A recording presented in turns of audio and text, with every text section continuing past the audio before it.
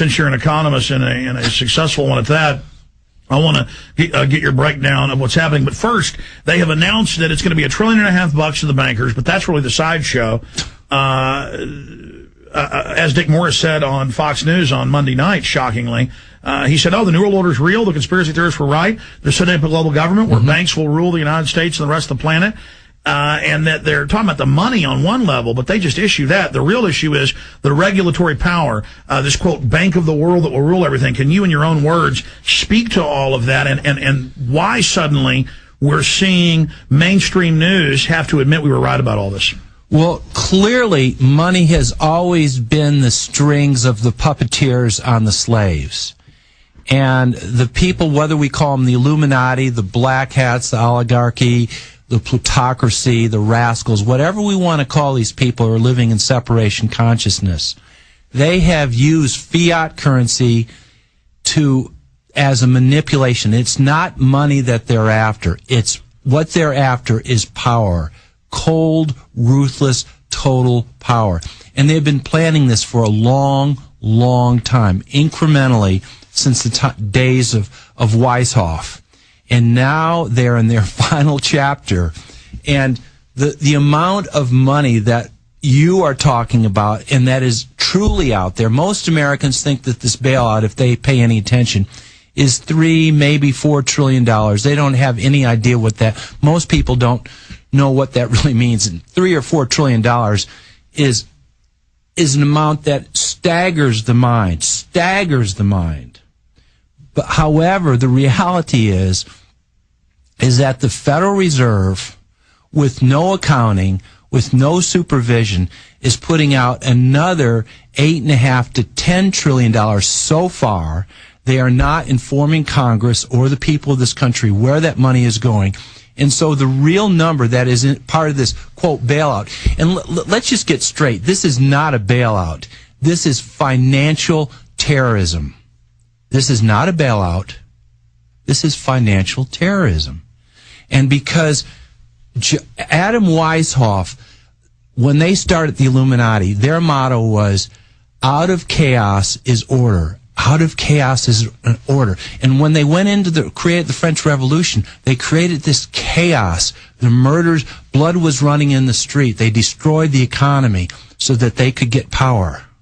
And they're doing the exact same thing here in the United States.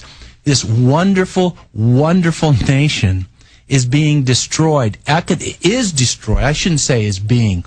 It is destroyed economically by the Federal Reserve, by the Treasury, and by these absolute rascals that are creating the greatest and the most significant transfer of wealth in the history, not just of our country, but in all of Occidental history.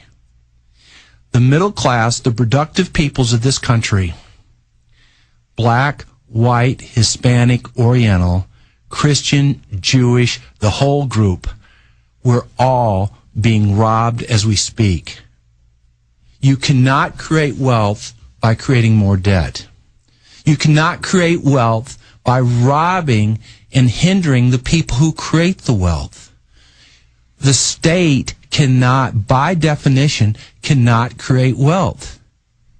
And the amazing thing is that 98% of this bailout money is going to financial institutions. Where is it in the Constitution of the United States that the taxpayers of the United States should bail out corrupt, failing, and wrong financial institutions? The very institutions that created and profited by this, starting in 1998 with this ending of the Glass-Steagall Act, and they took not millions, not billions, but trillions and trillions of dollars from the people, from the economy, between 98 and now. And these very same people who planned this, who participated in this, are now getting the bailouts from the people of this country. That means you and me, your family, and your friends. And that can only mean one thing: extremely high taxes coming at us, more government interference, and eventually mass inflation. Now, we're going to be in a significant debt deflationary period for a longer period of time than most people think. This bailout doesn't even come close. Let me repeat, this bailout doesn't even come close to sopping up these toxic derivatives. You know, and nobody really knows the exact number of the toxic derivatives out there.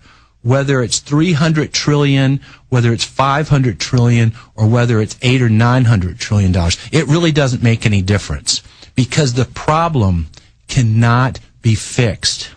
This bailout money doesn't even pay the interest on these toxic derivatives. Friends, the game's all over. Using the rules of the Federal Reserve, fractional reserve banking, fiat currency, the game was fixed many years ago. But now we're at the end game.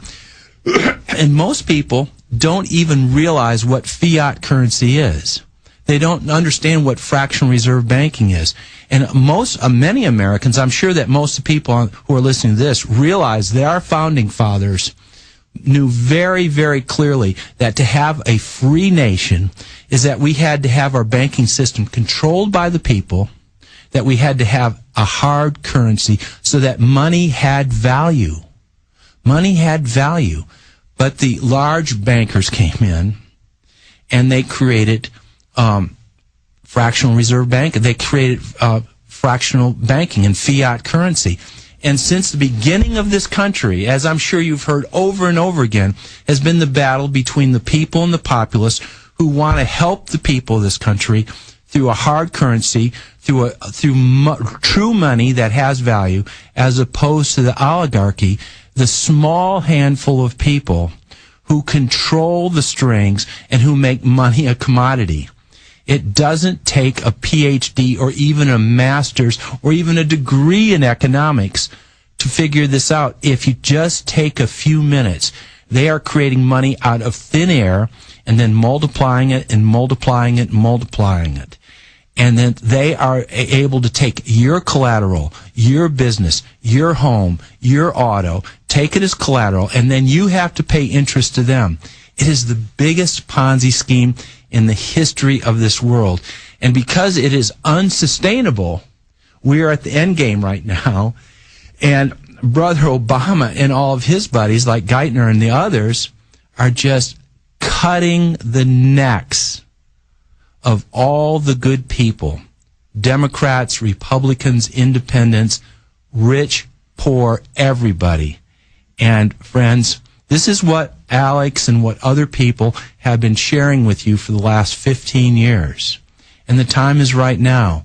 And we can either see it with fear, or we can see it as a time of change, as a time of shifting. And if we organize, we can turn this thing around.